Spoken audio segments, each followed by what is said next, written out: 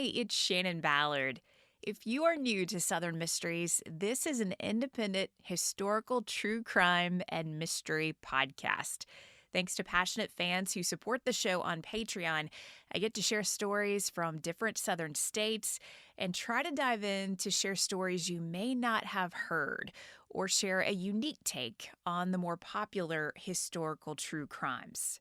When you join Patreon, you can access the show archive of more than 60 episodes. Plus, you can support at a level where you access Patreon-exclusive episodes, including this year's patron podcast called Audacious: Tales of American Crimes.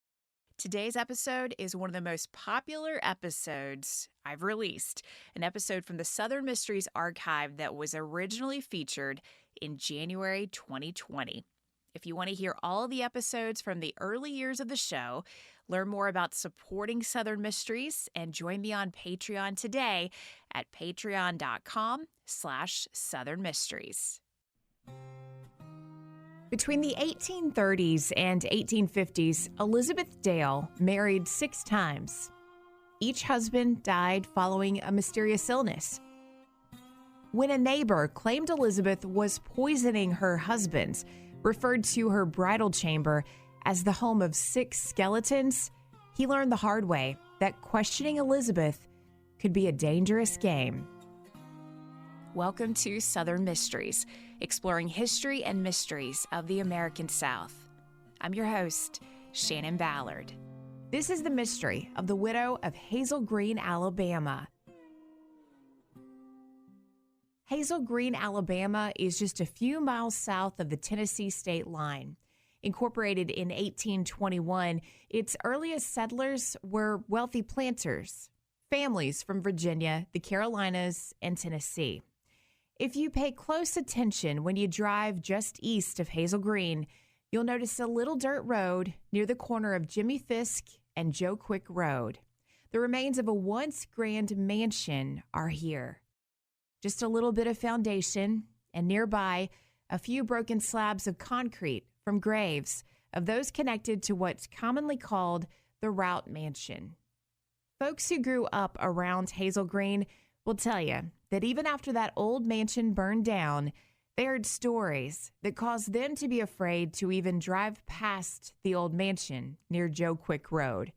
They felt ill at ease because of one woman, Elizabeth Evans, Dale Gibbons, Flanagan Jeffries, High Brown Rout. Yep, that's a mouthful, but Elizabeth liked to get married. The question is, did 6 of her husbands die of natural causes? Or was Elizabeth's neighbor correct when he claimed that Elizabeth was a woman around whose marriage couch 6 grinning skeletons were hung? Elizabeth Evans Dale was born in Worcester County, Maryland on October 28, 1739, the third of 10 children born to Adam and Polly Dale. Adam Dale was an aristocrat, a descendant of Lord Baltimore and Cecil Calvert. His letters detailing his family tell of their decision to come to the New World in the pursuit of religious freedom. He loved his country, and he was a respected war veteran, having served as a volunteer Revolutionary soldier at the age of 15. He joined a company of 14 to 16-year-old boys who raised their own regiment in Snow Hill, Maryland in 1781. They served in an effort to oppose the progress of British General Charles Cornwallis's push through Virginia. Adam Dale was a natural-born leader. He took risk, including his decision in 1797 to move his family to Tennessee for a change of scenery, a fresh start. He received land grants for his military service and established the town of Liberty, Tennessee, the oldest town in DeKalb County. Dale built a water-powered mill on Smith Fort Creek to grind corn for settlers who followed him to Liberty. They followed him because he was a convincing man. He had undertaken a 2-year letter-writing campaign to friends and family in Maryland, persuading 40 of them to move to Liberty and begin a new life. Dale would again lead soldiers into battle during the War of 1812, raising a company of Tennessee volunteers to fight at Horseshoe Bend under the command of General Andrew Jackson. In 1829, Dale moved his family to Columbia, Tennessee, where he and his wife Polly would remain until 1850. That's the year they went to stay with their daughter Elizabeth in Hazel Green, Alabama. A year later, Adam Dale died in Hazel Green. His death would become part of the legend and questions surrounding Elizabeth Dale's life. Elizabeth's status as a member of a wealthy aristocratic family meant she wanted for nothing. She was well educated and surrounded by everything she desired, from fine clothes to expensive jewelry.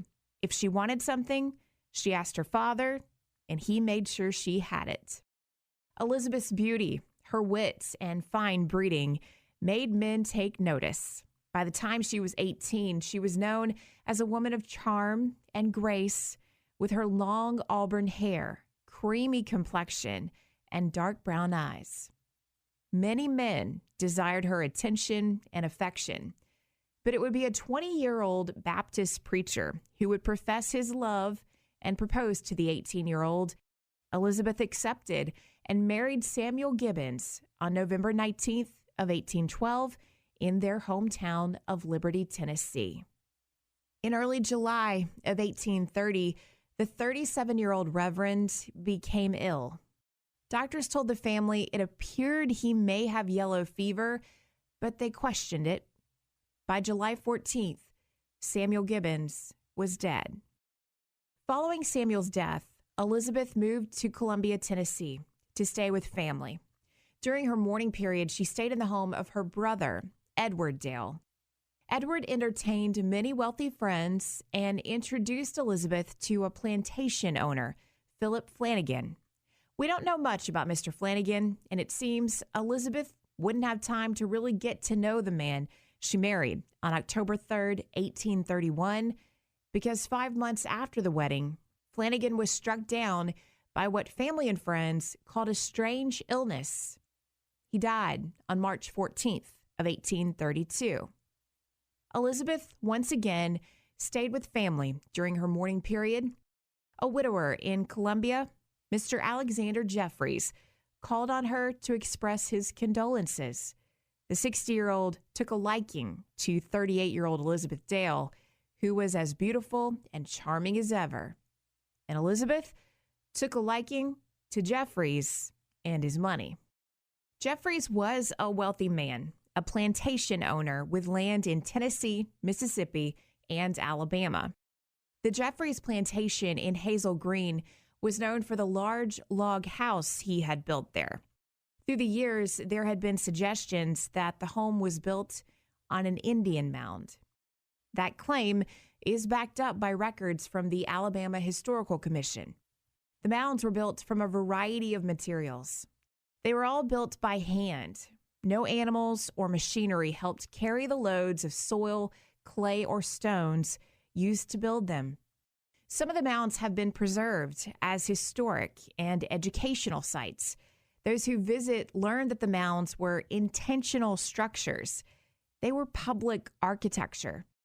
Whether ceremonial or burial, the mounds served a purpose for the mound builders. They remained sacred. Maybe it was Alexander Jeffries' intentional lack of respect and his disregard for the sacred space that added to the insult. Maybe added to the curse that seemed to fall on this house and its inhabitants. The sacred mound of Hazel Green became the foundation of Jeffries' home because Jeffries wanted the home elevated so he could look out over his property from inside his house. Once the home was built, he ordered his fields to be cleared and cotton planted, along with enslaved men and women to work the 500-acre plantation. Alexander Jeffries would return to Tennessee and ask Elizabeth Dale Gibbons Flanagan to marry him.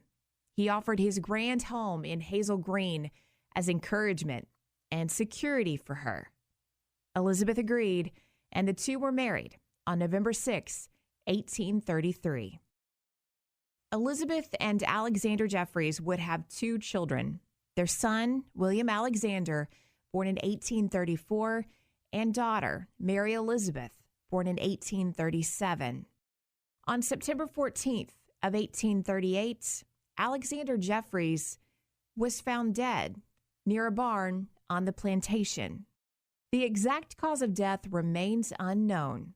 His obituary mentioned only a strange illness that caused his body to swell and his nails to appear yellow, signs that could point to arsenic poisoning.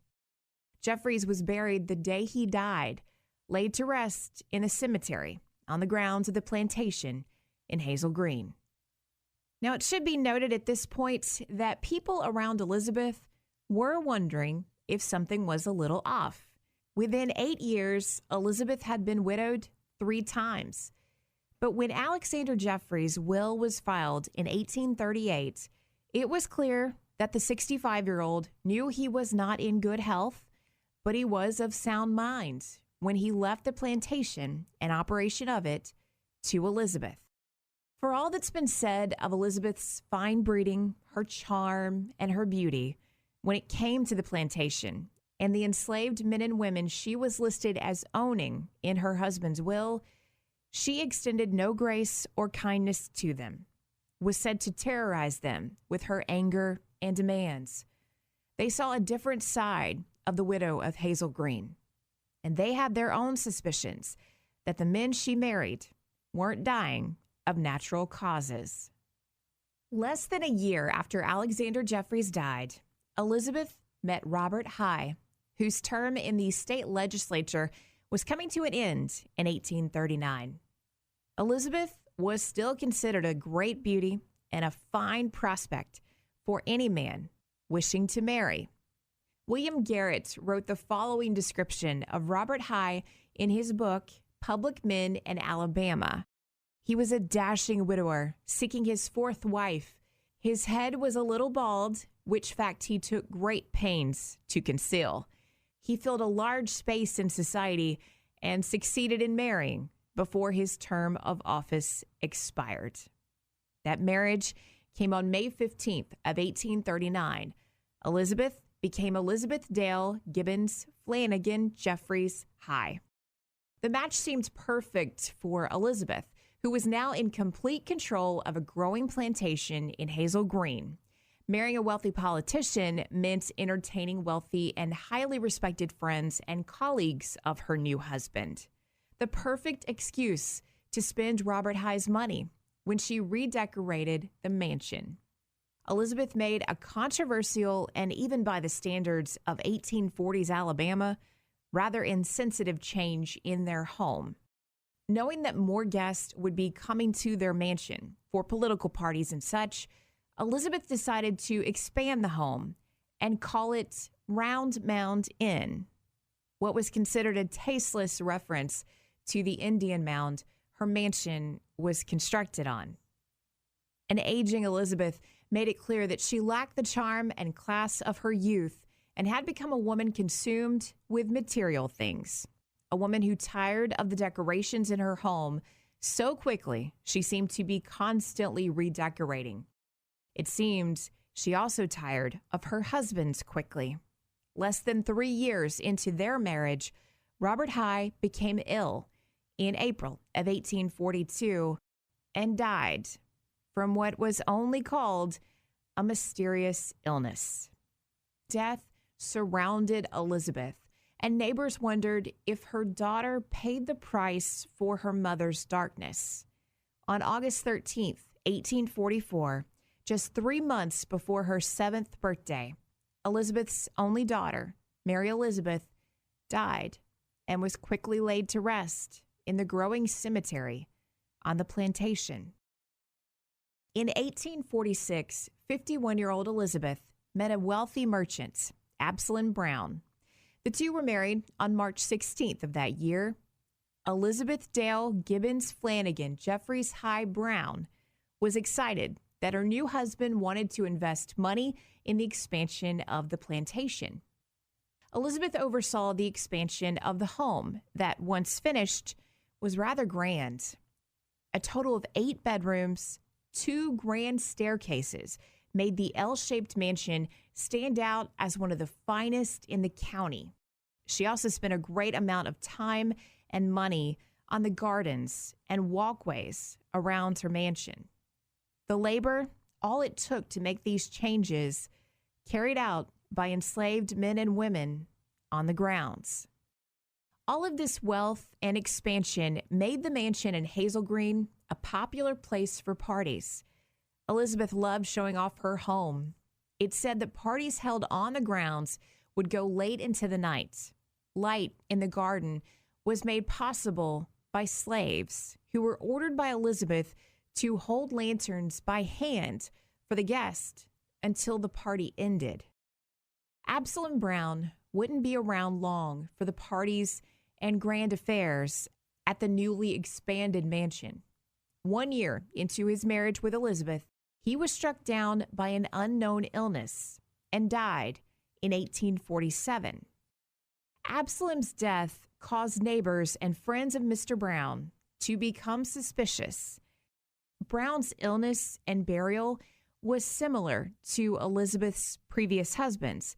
He died of an illness that led to a quick death and sudden swelling after death, just as Alexander Jeffreys and Robert High.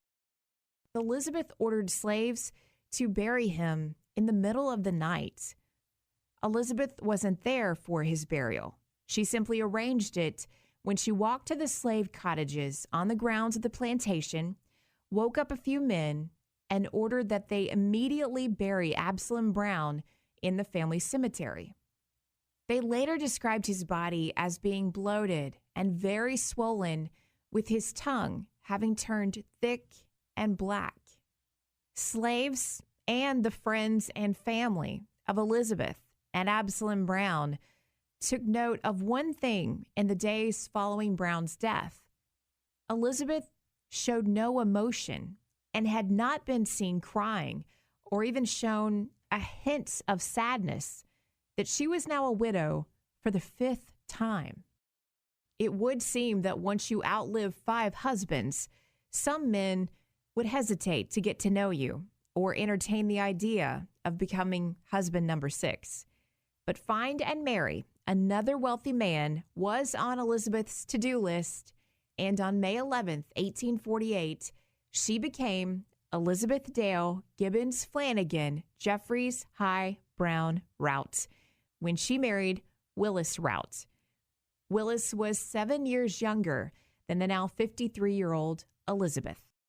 By 1850, Elizabeth's aging parents, Adam and Polly Dale, had left their home in Columbia, Tennessee. They were living with the Routs in their grand mansion in Hazel Green. In the spring of 1851, Adam Dale exchanged letters with a family member who had asked for a record of his war service and details about both sides of their family. He wrote extensively of his wartime service, a treasured family history.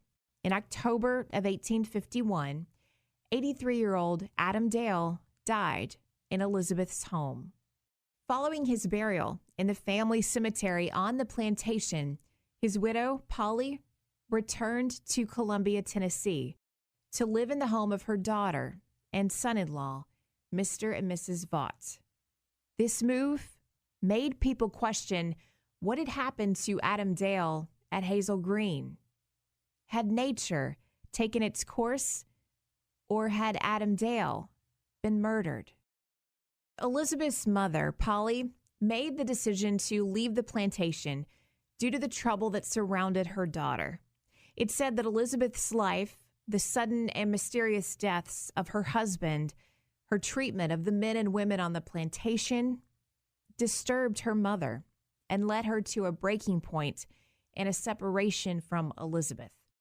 Years later, she mentioned this to her daughter, Mrs. Vaught, and shared that she felt ill at ease with her husband being buried in the cemetery in Hazel Green, where Elizabeth's husbands had been buried. She felt things seemed off with their deaths and hasty funerals, including the funeral of Elizabeth's 6th husband, Willis Rout, who died 2 months after Adam Dale, passing from this world on December 16th, 1851. another quick illness, and hasty burial of a husband at Hazel Green. Years later, with this uneasy feeling consuming her, Adam Dale's widow, Polly, would arrange for his body to be removed from the plantation cemetery and returned to Columbia to be buried in Rose Hill Cemetery. That decision, meant to bring some peace to Polly, only left her concerned when Adam Dale's body was exhumed in Hazel Green. His body was petrified and had turned dark. As one of the men working the exhumation noted, the unnatural state of Adam Dale's corpse made him wonder if the rumors were true. Had Adam Dale been poisoned by his own daughter? Elizabeth's neighbor, Abner Tate, believed that she was a cold-blooded killer, and he was one of the first people to come out of the shadows to confront Elizabeth. He started a public campaign charging Elizabeth with the murder of her husbands. Abner Tate and Elizabeth Rout were open about the fact that they did not like each other.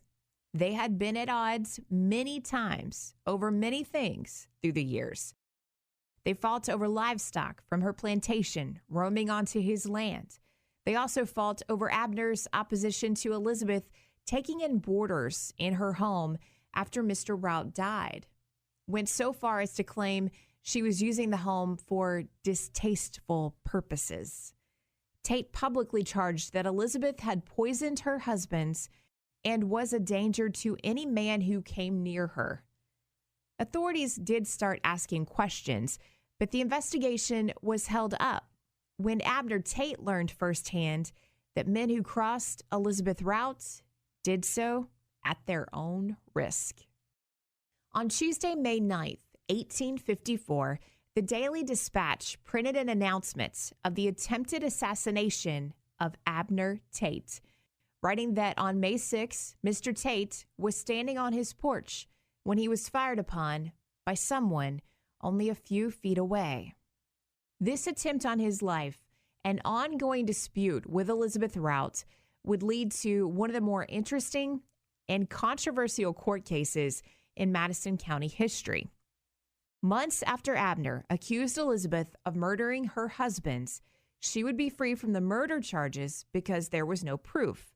But Tate kept proclaiming that Elizabeth Rout was a murderer, and she knew it was harming her reputation. So Elizabeth handled things in her Elizabeth way. The attempt on Tate's life in May of 1854 left him wounded with shots to his hand, and he saw his shooter. It was a man who was enslaved by Elizabeth Rout. Elizabeth paid one of her slaves to shoot Tate. Newspapers reported that the enslaved man, Jacob, confessed to the crime and was found guilty and sentenced to hang in March of 1855. When he confessed, he made it clear that Mrs. Rout had ordered him to do it because she was tired of Tate stirring up trouble. Jacob knew that he would die either for trying to kill Tate or for refusing to do what Elizabeth Rout ordered him to do. When authorities once again turned to Elizabeth to question her about the attempted murder of Abner Tate, Elizabeth's lover, D.H. Bingham, decided to do something to help her. Bingham was an educator, a few years younger than 60-year-old Elizabeth Rout. He was willing to do what was necessary to help the woman he loved, and he felt that if he could divert attention from the accusations around Elizabeth, he could harm the reputation of someone else and save her. Bingham started a rumor that Abner Tate was a murderer, that Tate had ordered one of his slaves, a man named George, to help him kill and dispose of the bodies of two men. Now, J.K. Rice disappeared after heading out for a business trip in 1841. He left Tuscaloosa and was never seen again. Charles Sawyer, a salesman from Coffee County, Tennessee, left his home in 1839, told his wife he would be home within a couple of months. Sawyer was seen making sales in Madison County and in Tuscaloosa between 1840 and 1841, but never returned home and was presumed dead. D.H. Bingham told authorities about these men and their presumed murders and said he had someone who could back up his claims that Abner Tate had killed them. Mrs. Barbara Hazel was residing in Mississippi when the claims were made in 1854, but a decade earlier, she lived in Madison County, Alabama. She worked as a midwife and nurse and had been called to work on Abner Tate's property many times. She claimed to have seen the missing men, Sawyer and Rice, with Tate and his slaves, and claimed she had witnessed their murders. But her story came with one big problem. Abner Tate's defense attorney pointed out that Mrs. Barbara Hazel was insane, that she was known to people in Madison County as an unstable woman who suffered from delusions. Once the jury heard this, it was over. Tate and his slave were found not guilty and set free by the court. But he and his neighbor, Elizabeth Rout, were now living under the same cloud, the accusation of murder. Tate responded by publishing a pamphlet called The Defense of Abner Tate Against Charges of Murder. In it, he laid out why he was innocent, why D.H. Bingham had accused him, and as he put it, he revealed the true character of Elizabeth Rout. Abner Tate had a sharp tongue and did not hold back when he wrote that D.H. Bingham had fallen under the spell of Mrs. Rout, whose bridal chamber was a charnel house with 6 grinning skeletons hanging about. When speaking of the rumored forthcoming marriage of Bingham and Mrs. Rout and referencing Bingham's involvement in the destruction of Tate's reputation and his attempted murder, Tate wrote this of Bingham: "I say for money because I cannot believe even in him any amorous passion mingled with his feverish anxiety to get possession of the hand of Elizabeth Rout. He knew her past history. He knew that she offered herself as a reward to him only on the condition that he accomplished a murder. If he succeeded, every time her lips touched his, desire must have fled in horror, as if from the cold, clammy taste of a putrid corpse." Elizabeth Rout was filled with rage when she read Abner's pamphlet. She responded with a $50,000 defamation of character lawsuit.